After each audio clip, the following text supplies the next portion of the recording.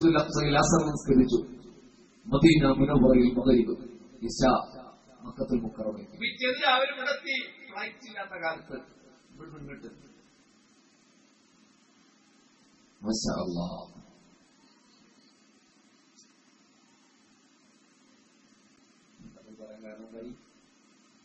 എന്തൊക്കെ പറയണ്ട കാരണം പറയുമെങ്കിൽ എന്തൊക്കെ പറയാൻ കാരണം എന്തായി?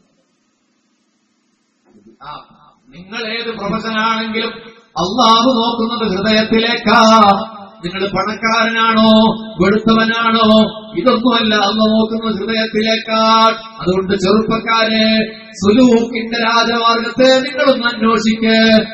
ദുനിയാവിന്റെ വിജയം നിന്റെ മുന്നിൽ വരും, ആഖിറത്തിന്റെ വിജയം നിന്റെ മുന്നിൽ വരും. നീ ഉദ്ദേശിക്കുന്നത് നടക്കുന്നൊരവസ്ഥ വരും. അതൊക്കെ പോട്ടെ, നമ്മുടെ മനസ്സിന്റെ മാണിക്യ കൊട്ടാരത്തിലെ ഒരെണ്ണെങ്കിലും പുറത്തു പോട്ടെ. രാജകുമാരനായ ഹബീബ് മുഹമ്മദ് മുസ്തഫ തങ്ങളെ നാളെ സ്വർഗത്തിലൊന്ന് കാണാമോനെ.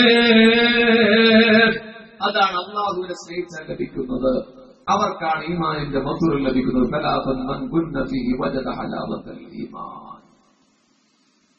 ആ ഒന്നാമത്തെയിൽ രണ്ടാമതൊരാളെ കൂടി പറഞ്ഞിട്ടുണ്ട്. ആരാണത്?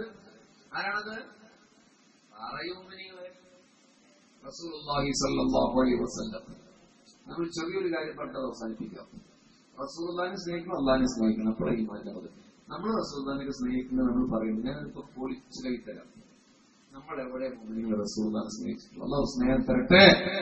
നമ്മൾ സ്നേഹിക്കുമെന്ന് പറയല്ലാതെ, നബിദിനത്തിന് ജാഥ നടത്തല്ലാതെ, അത് കഴിഞ്ഞ് വന്നൊരു ബിരിയാണി തിന്നല്ലാതെ നല്ല കാര്യമുണ്ടോ? അതൊക്കെ പറയുമ്പോൾ തെറ്റിദ്ധരിക്കണ്ട.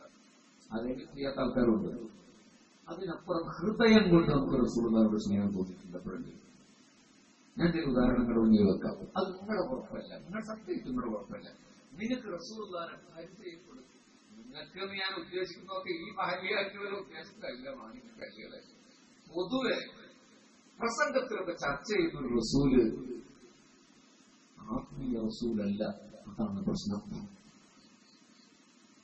പിന്നെ റബീഉൽ അവ്വൽ വരിക, നാടായ പ്രസംഗങ്ങളൊക്കെ ഒന്ന് മാറി ചിന്തിച്ചു. കൈവൽ പറയും, ആരാണ് മുഹമ്മദ് മുസ്തഫ നിങ്ങൾക്കറിയോ?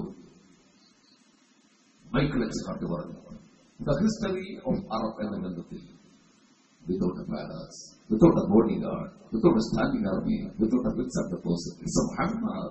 Prophet Muhammad is the only wonderful man in world history and legend of world history. ഇങ്ങനെ അയാൾ പറഞ്ഞിട്ടുണ്ട്. നമുക്ക് ഭയങ്കര സന്തോഷമായി.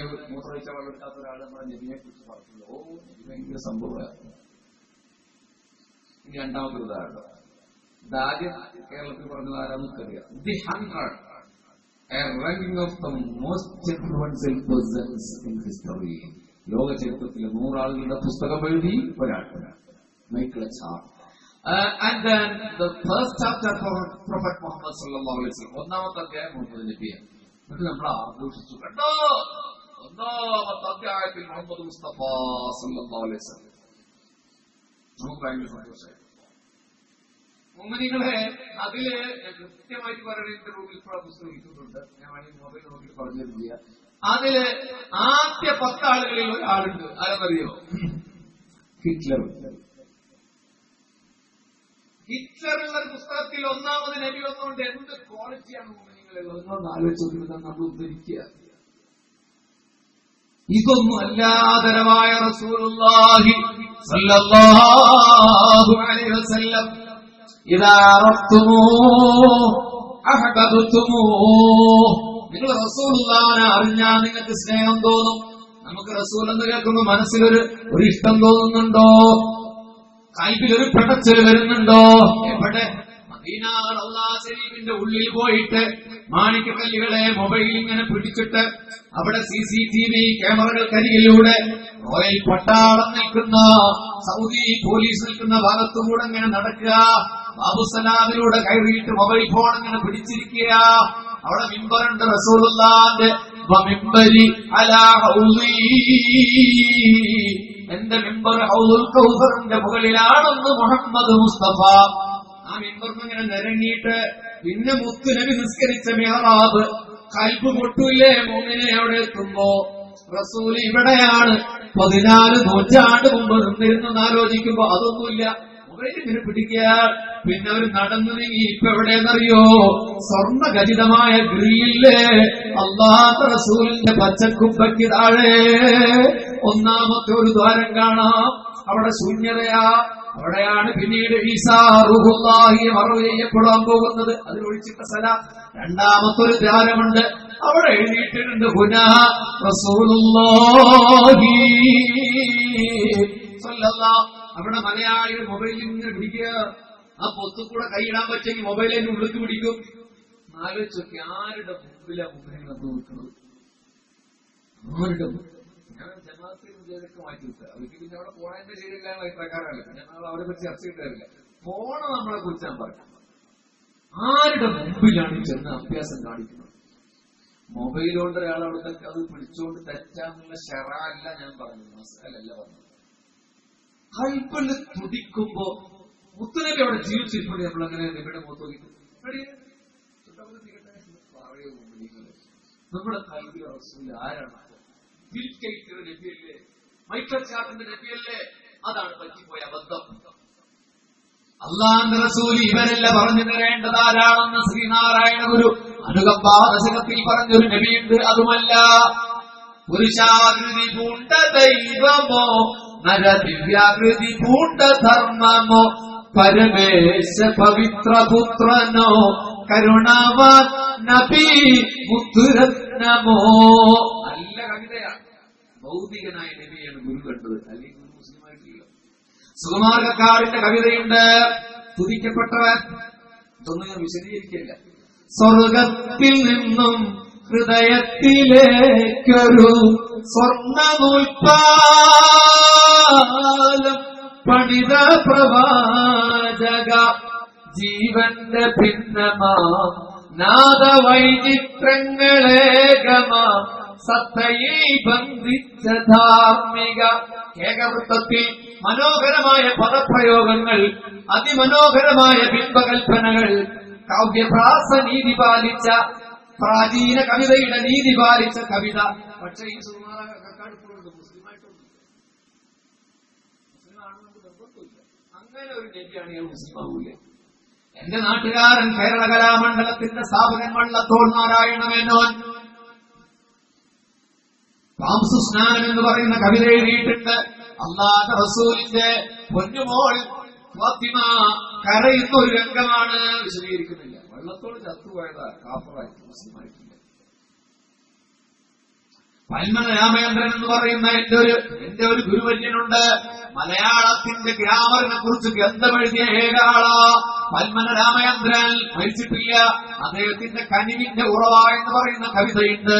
മനോഹരമാണ്. ഇവർക്കൊക്കെ നമ്മളൊരു അഭിവാദ്യം ഈ രാത്രിയിൽ അർപ്പിക്കുന്നു. പക്ഷേ അദ്ദേഹം പുണ്യനബി റസൂലുള്ള മദീനത്തുണ്ടായ ഒരു സംഭവമാ. പെരുന്നാളിന്റെ ദിവസം ഹബീബായ പ്രവാചകനെ കാത്തിരിക്കുകയാ സഹാബത്ത്. ജാലകപ്പഴുതൊന്ന് തുറന്നു. ആയിഷാന്റെ വീട്ടിലെ വാതിലൊന്ന് മുത്തുനബി തുറന്നു നോക്കിയപ്പോ മദീന അങ്ങാടി ചിത്രശലഭങ്ങളെ പോലെ വർണ്ണസബലിമയാർന്ന വസ്ത്രങ്ങൾ അണിഞ്ഞ് കുട്ടികൾ ഇങ്ങനെ ആർത്ത് കളിക്കുകയാ. മുത്തുനബി നോക്കി നിന്നു. കുഞ്ഞുങ്ങളെ സ്നേഹിച്ച മുസ്തഫ. ഒരു കുട്ടിയതാ മാറി നിന്ന് കരയുന്നു. അവിടെ അവന്റെ വസ്ത്രമില്ല, അഴുക്കാണ്. മുത്തുനബിയുടെ കൽബ് പൊട്ടി.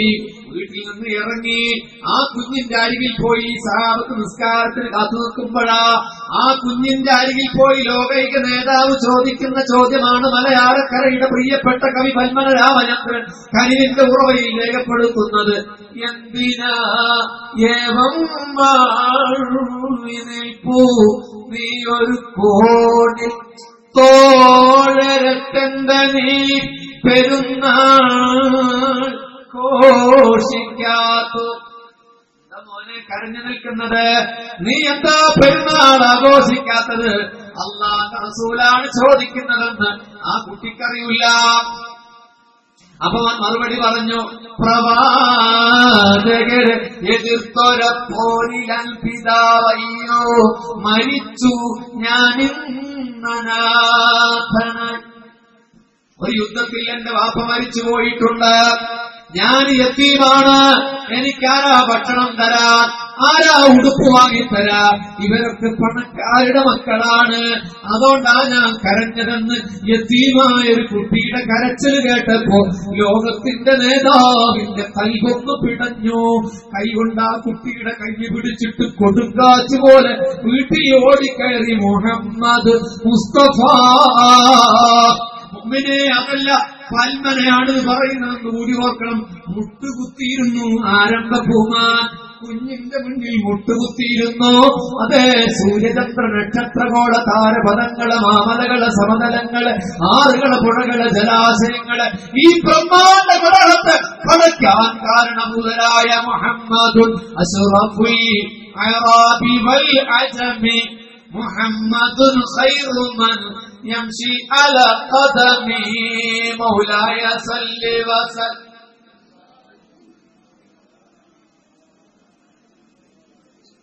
അല്ലാഹുവിന്റെ റസൂൽ മുട്ടുകുത്തിയിരുന്നു. ആ കൈകൊണ്ട് യമനി പട്ടിന്റെ മാധവമുള്ള നൂറാനിയത്തിന്റെ തിരുകരം കൊണ്ട് കുഞ്ഞിന്റെ കവിളിൽ പിടിച്ചിട്ട് നിറഞ്ഞ കണ്ണുകളോടെ ലോകത്തിന്റെ നേതാവ് ചോദിച്ചു, പൊന്നുമോനെ, പാപ്പയില്ലെന്ന് പറയല്ലടാ മുത്തേ, നിനക്ക് ഉപ്പച്ചില്ലാന്ന് പറയല്ലടാ മുത്തേ. അല്ലാഹുവിന്റെ റസൂലിനറിയാ യതീമിന്റെ വേദന എന്തെന്ന്. പാപ്പാന്റെ ചുണ്ടിൽ നിന്ന് മോനെ മുഹമ്മദ് എന്നൊരു വിളി കേൾക്കാൻ അല്ലാഹുവിന്റെ റസൂലിന് കഴിഞ്ഞിട്ടില്ല. ബാല്യത്തിന്റെ സ്വപ്നങ്ങൾ നെയ്തു തീർക്കുന്ന കാലത്ത് വിജനമായ അബവാ എന്ന മരുഭൂമിയിൽ ഉമ്മാമിന നഷ്ടപ്പെട്ടിട്ട് ഉമ്മു ഐമന്റെ കയ്യിൽ പിടിച്ച് ഉമ്മാന്റെ ഖബറിടത്തിലേക്ക് തിരിഞ്ഞു തിരിഞ്ഞു തിരിഞ്ഞു നോക്കിയിട്ട് കാലിൽ ചെരുപ്പിടാതെ നടന്നുപോയ മുഹമ്മദുൻ നബി, ഉമ്മാന്റെ വേദന അറിഞ്ഞ മുസ്തഫ. കുട്ടിയുടെ വേദന കണ്ട് കരഞ്ഞിട്ട് പറഞ്ഞു, പറയല്ലടാ മുത്തേ, വാപ്പയില്ല, ഞാനാടാ നിന്റെ വാപ്പ. കുട്ടിക്കറിയില്ല ഇതാരാന്ന്. ഞാനാടാ നിന്റെ വാപ്പ, അന മുഹമ്മദുൽ, ഞാനാ മുഹമ്മദ് മുസ്തഫ. അപ്പോഴാണ് 1000 ചാന്ദ്രശോഭയുള്ള മുഖത്ത് ആ കുട്ടി ഒന്ന് നോക്കിയത്. അതുവരെ തലതാഴ്ത്തി കരയുകയായിരുന്നു ആ മുത്തുമോൻ. അല്ലാഹുവിന്റെ റസൂല് പറഞ്ഞു, മോനെ ഒന്ന് വിളിക്കടാ, ഒന്ന് വിളിക്കടാ, വാപ്പാന്നൊന്ന് വിളിക്കടാ, അബീ ഒന്നൊന്ന് വിളിക്കടാ, എന്നെ ഉപ്പാന്നൊന്ന് വിളിക്കടാ മുത്തേ. അല്ലാഹുവിന്റെ റസൂല് പറഞ്ഞപ്പോ സന്ദേഹത്തോടെ, സംശയത്തോടെ, സങ്കടത്തോടെ അല്ലാഹുവിന്റെ റസൂലിന്റെ മുഖത്ത് നോക്കി ആ പാവം കുട്ടി വിളിച്ചു മുഹമ്മദ് മുസ്തഫാനെ, അബീ വാപ്പാ. ആ വാക്കെന്ന് കേട്ടപ്പോ കുഞ്ഞുമോനെ നെഞ്ചത്തേക്ക് പിടിച്ചിട്ട് മുത്തുനബി പറഞ്ഞു, മോനെ, നീ എന്നെ തോൽപ്പിച്ച് കളഞ്ഞല്ലോടാ പൊന്നേ. ആഹ്ലാദത്തോടെ അല്ലാഹുവിന്റെ റസൂലിന്റെ കയ്യങ്ങ് കുതറിയിട്ട് വീടിന്റെ വാതിലങ്ങ് തുറന്നിട്ട് മദീന ബസാറിലേക്ക് ഓടിയിട്ട് ആ കുഞ്ഞിമോനെ ആർത്തു വിളിച്ചിട്ട് പറഞ്ഞു, ഞാൻ യതീമല്ല, ഞാൻ യതീമല്ല, എന്റെ ബാപ്പ മുഹമ്മദാ.